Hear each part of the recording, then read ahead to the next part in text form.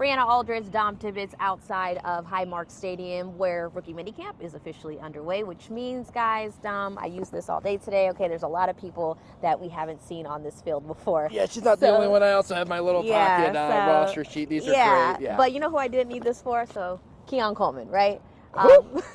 You never heard of him? Yeah, no kidding, right? He really likes shopping at Macy's in the springtime, summertime to get those deals on the jacket. Of course, so classic. That's the Keon that we got to hear from a couple weeks ago when he made his official introductory presser to Bills Mafia. Today, I was just excited to see what he does on the field with a Bills jersey on. We got to see that. Obviously, to be honest, nothing super exciting. He did some routes. He got some tips here from wide receivers coach, and that's pretty much the gist of it. It's all like a little, I would say, a lot of enthusiasm with Joe Brady.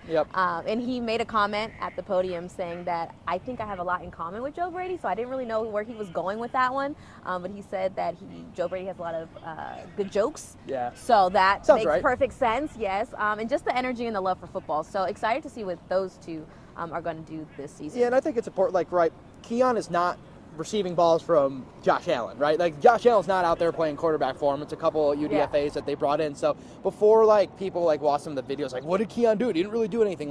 Relax. Yeah. It's going to get there with time. That's this is his first part. time being out there, and this isn't, there's no Josh Allen. There's no Shane Buechele or Mitch Trubisky. Whoever these quarterbacks he might be catching, on the roster is, they're not there. So, take it easy with Keon. Bree, another guy that kind of caught my attention is his fellow second-round guy, Cole Bishop. Obviously, being the fact that Jordan's gone and Micah Hyde's future is so kind of in question right now. Right. So many eyes are on Cole Bishop and what the role is and how quickly he's going to have to step up. He looked good. He talked to us after practice listen, it's all about getting back into football shape. I feel like I'm not there yet, but he looked good from the couple drills I got to see when he was working with the defensive backs. Also, Dwayne Carter, the third-round D-tackle out of Duke, thought he looked really good today. Fast. Watching some of the new drills he's working with the D-line group, oh my God, he was explosive, he was fast, he was really showing me some really good stuff I saw there from practice today. So overall, and there's a smattering of other guys you could get to, but we'd be here talking for hours. Right. But I think overall a productive first day as you kind of look forward to what these rookies can potentially show you as they try to make this 53-man roster. Yeah, a lot of diamond in the roughs. That's really what Rookie Minicamp is all about. Really an opportunity to, we hate to say it, but not necessarily make the roster, but just make the practice squad. Yeah. And you're on the practice squad, and then injuries happen. We saw that last season a lot, the season before, especially that DB room. So I think for me, and looking at the Rookie Minicamp and some of these undrafted free agents, it's really who's going to step up in that DB room. I know Jamil comes from Miami University, who's taking over, and there is, I want to say Tukori, I don't know if I'm saying that right.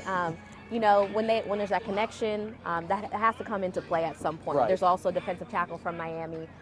So I think, those connections and just like I said, diamond in the roughs, anything could really happen. There's some players, Cam Lewis comes to mind, right? Undrafted free agent, came out here, and he's from UB too, right here in the backyard.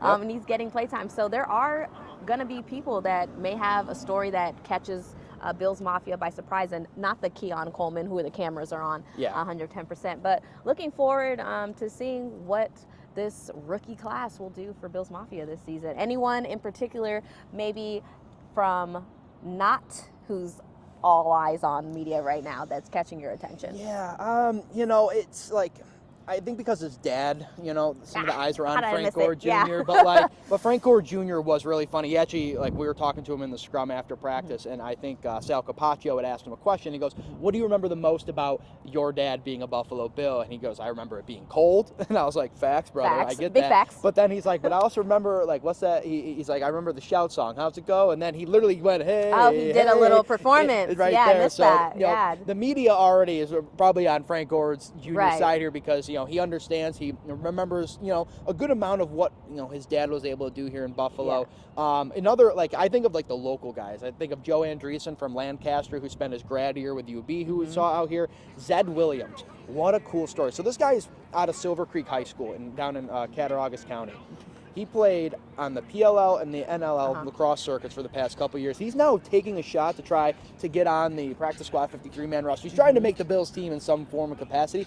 He told us after, Bree, he hasn't played football in years, maybe almost close to a decade since the last time he played a constructive game of organized football. So some really like cool, interesting tidbits there. There's a lot that will develop as we get into OTAs. Exactly. But like you said, diamond in the roughs, like the stories are just brewing, and you have to see whose will come into fruition, and then kind of who are the stories that fall flat on their face. Exactly. Because there will be the people who just boop, right on their face.